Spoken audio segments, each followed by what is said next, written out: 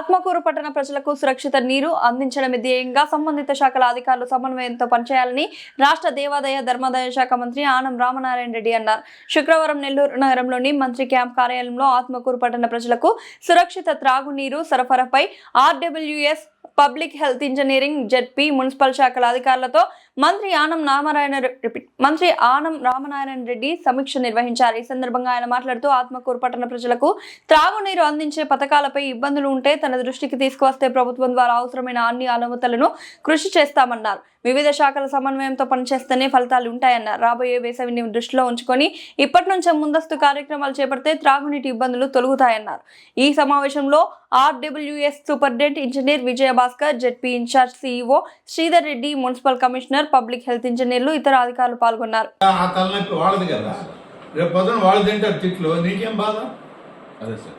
నువ్వు ఇవ్వలేనప్పుడు వాళ్ళు ఇస్తామంటుంటే వాళ్ళకి ఇచ్చేయండి.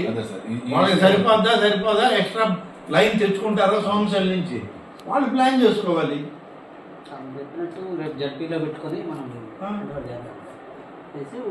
ఎందుకు అసలు 1 year మీరు దీన్ని ఎందుకు సాగు తీసుకున్నారు?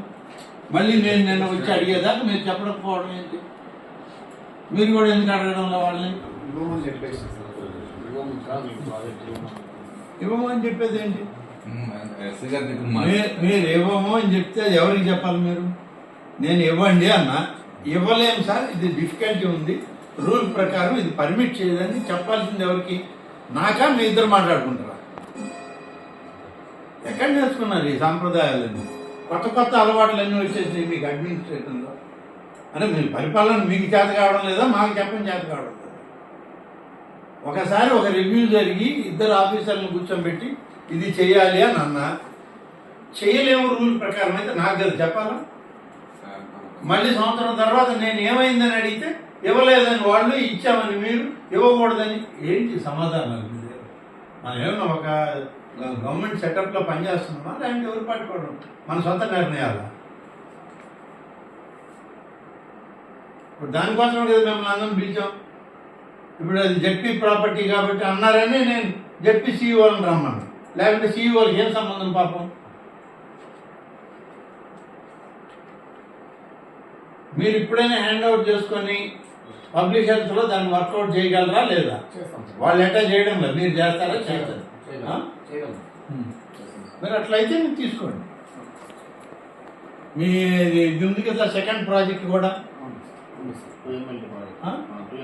QMLE ప్రాజెక్ట్ ఇంకోటి ఉంది కదా, దాంట్లో కూడా దీన్ని క్లబ్ చేసుకోవాలంటే ఇప్పుడు వాళ్ళు హ్యాండ్ ఓవర్ చేస్తేనే కదా క్లబ్ చేయగలరు.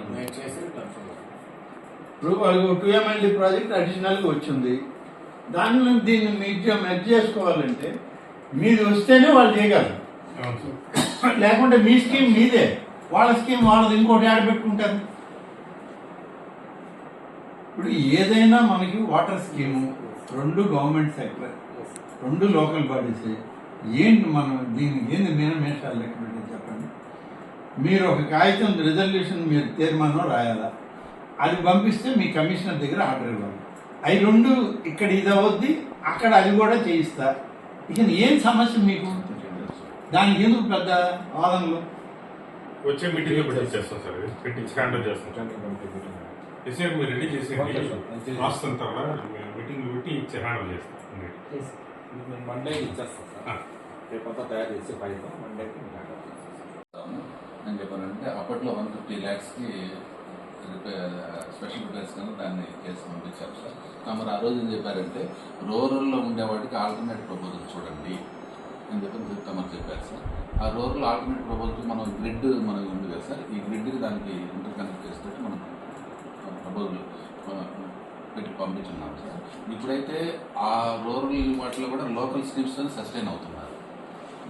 మన ఈ స్కీమ్ డిఫెక్ట్ అయిన కానీ ఇప్పుడు ఆడేమో మనకి ప్రాబ్లం లేకుండా సర్వే అవుతున్నాయి ఇప్పుడు వాటర్ అయితే అది. కానీ అప్పుడు సార్ ఏంటంటే అది లాంగ్ ప్రాసెస్, అది మన పైన వాళ్ళు ఒప్పుకోరేమో, అది అన్నట్టుగా అంటారు సార్ ఎస్సీ గారు. మళ్ళీ అట్లా కాదు, ఇప్పుడు మీరు వాటర్ రిలీజ్ చేసి వాటర్ ఇచ్చి పంప్ చేసేటంతా మున్సిపాలిటీలోకి వచ్చిందా? లేదు సార్, మున్సిపాలిటీలో ఉంది. అది దాదాపు 4 వార్డులో 5 వార్డులో ఉన్నాయి.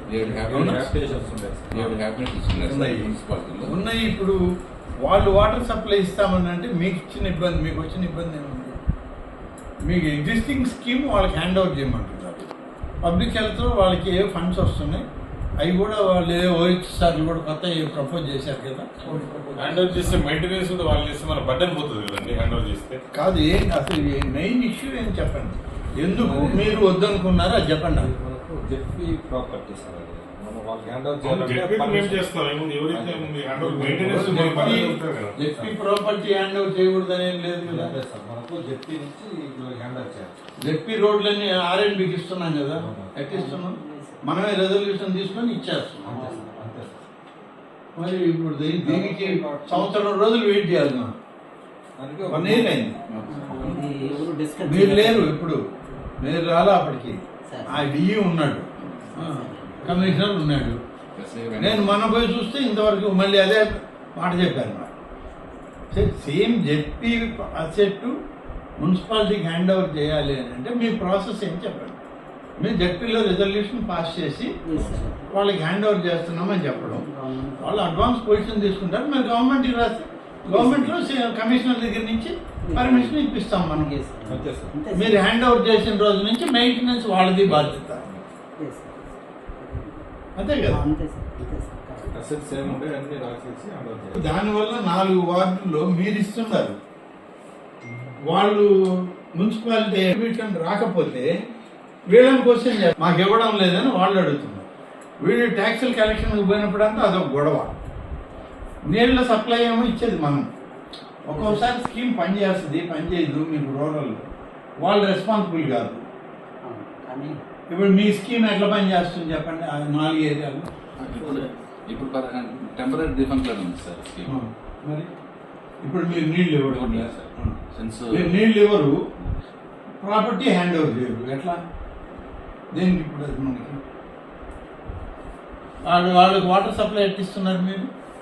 మేము పవర్ వాటర్ గ్రౌండ్ వాటర్ అవును, గ్రౌండ్ వాటర్ ఎట్లా ఏ అప్లికేషన్ అక్కడ బోర్ వేసుకుంటాం. మీరు సపరేట్గా టెంపర్ చేసి వేరే పైప్ లైన్స్ పెట్టారా? వేరే క్వాలిటీ